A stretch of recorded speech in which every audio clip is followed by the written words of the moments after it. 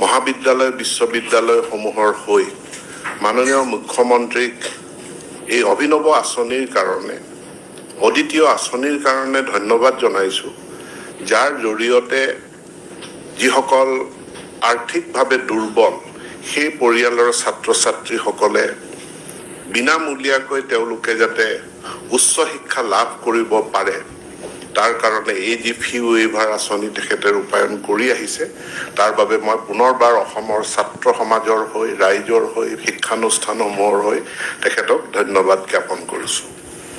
আপোনালোক আমি সকলোৱে জানো যে ভাৰতত আমি এটা ডিজিটেল ইণ্ডিয়া মিছন আগবঢ়াই নিছোঁ প্ৰধানমন্ত্ৰী নৰেন্দ্ৰ মোদী ডাঙৰীয়াৰ নেতৃত্বত। পৃথিৱীখন এটা ইণ্ডাষ্ট্ৰিয়েল ৰিভলিউশ্যনৰ পাছত এটা ইনফৰমেশ্যন টেকনলজিৰ ৰিভলিউশ্যন সম্পন্ন হৈ গ'ল, আৰু তাৰ পাছত এতিয়া আমি এটা ডাঙৰ মানৱ জাতিয়ে ডাঙৰ জাপ মাৰিছে আৰ্টিফিচিয়েল ইণ্টেলিজেঞ্চ বা কৃত্ৰিম বুদ্ধিমত্তাৰ প্ৰযুক্তিৰ ক্ষেত্ৰত।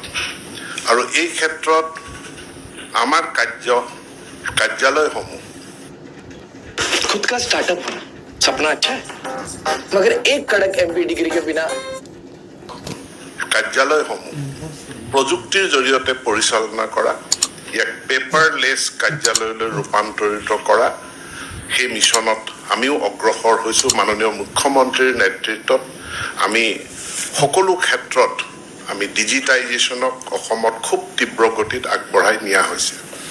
ভাৰত চৰকাৰৰ শিক্ষা বিভাগে উচ্চ শিক্ষাৰ অনুষ্ঠানৰ সকলো দিশ পৰিচালনাৰ কাৰণে সামৰ্থ ই-গভ পৰ্টেলটো নিৰ্মাণ কৰাৰ পাছতে আমি যেতিয়া তাৰ ডেমনষ্ট্ৰেশ্যন চাইছিলোঁ, চাই আমি পতিয়ন গৈছিলোঁ, যি এটা উৎকৃষ্ট ছফ্টৱেৰ এটাকে আমি গ্ৰহণ কৰিছিলোঁ। আৰু মই আজি আপোনালোকক জনাবলৈ পাই সুখী হৈছোঁ যে আমি ভাৰতবৰ্ষৰ ভিতৰতে প্ৰথমখন ৰাজ্য, যিখন ৰাজ্যই কেন্দ্ৰীয়ভাৱে আমি সামৰ্থ ই-গভৰ জৰিয়তে অতি সফলতাৰে আমি মহাবিদ্যালয় বিশ্ববিদ্যালয়ত নামভৰ্তিৰ প্ৰক্ৰিয়া সম্পন্ন কৰিছোঁ। এখনৰ পাছত এখন ভাৰতবৰ্ষৰ ৰাজ্য আমাৰ অসমলৈ আহিছে, আমি কেনেকৈ সামৰ্থ ই-গভ ইমপ্লিমেণ্ট কৰিছোঁ তাকে চাবলৈ।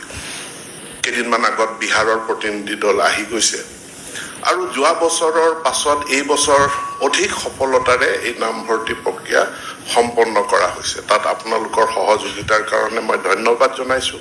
কিন্তু একেটা সময়তে মই ক'ব বিচাৰোঁ যে টেকনলজিৰ বিকল্প একোৱেই নাই। আমি বহুত পিছ পৰি থকা এখন ৰাজ্য, বহু আগুৱাব লাগিব।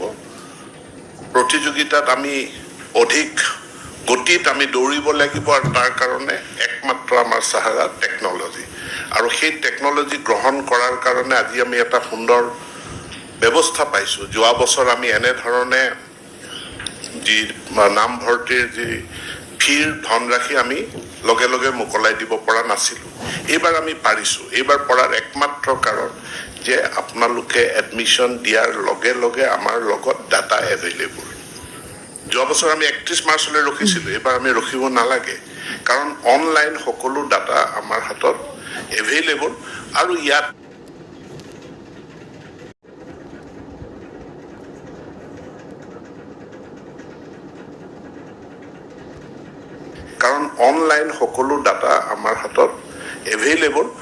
ইয়াত যিমানখিনি বাকী মডিউলসমূহ আছে, এই মডিউলসমূহক আমি আগুৱাই নিম। কেইদিনমান আগত পে ফিক্সেশ্যন, শিক্ষক শিক্ষয়িত্ৰীসকলৰ পে ফিক্সেশ্যন মডিউলটো সামৰ্থত এইটো সক্ৰিয় হৈছে।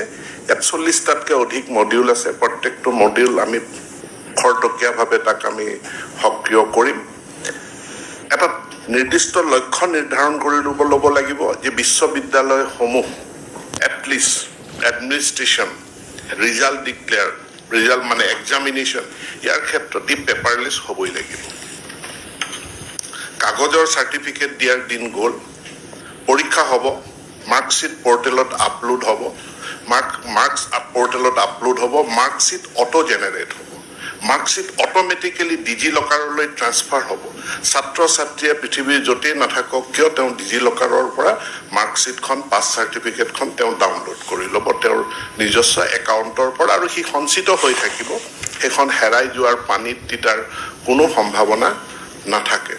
গতিকে এই ক্ষেত্ৰত মই আপোনালোকৰ সহায় সহযোগিতা মই আগবাঢ়িছোঁ দ্বিতীয় এটা বিষয়ত মই আপোনালোকৰ সহায় সহযোগিতা আগবাঢ়িম যে হঠাতে ডিমাণ্ড আহে যে আমাৰ সায়েন্স ইনষ্টিটিউট খুলিব লাগে হঠাতে ডিমাণ্ড আহে যে আমাৰ ইয়াত ফিলচফি ডিপাৰ্টমেণ্টটো নাই খুলিব লাগে কিন্তু আজি যেতিয়া আমি পৰ্টেলত চাইছোঁ মোৰ সায়েন্সৰ সিট যিমান আছে তাৰ 53% ফিল আপ হৈছে এইটো হয়তো 70 লে যাব পাৰে তেতিয়াও 30% সিট ভেকেন্ট থাকি যাব ছাত্ৰ ছাত্ৰীসকলৰ ইচ্ছা যে মোক নিৰ্দিষ্ট এখন বিদ্যালয়তে মই এডমিশ্যনটো ল'ব লাগে বাকি মহাবিদ্যালয়ত ল'ব লাগে বাকি মহাবিদ্যালয়ত তেওঁ যাবৰ কাৰণে অনিচ্ছুক কিয় অনিচ্ছুক সকলো মহাবিদ্যালয়ক একেটা পৰ্যায়লৈ উন্নীত কৰাৰ কাৰণে আমি কাম কৰিব লাগিব আৰু সিট অপটিমাইজেশ্যন কৰিব লাগিব আজি যদি মই শিক্ষা মন্ত্ৰী হিচাপে প্ৰস্তাৱ দিওঁ যে বহু যিবিলাক মহাবিদ্যালয়ত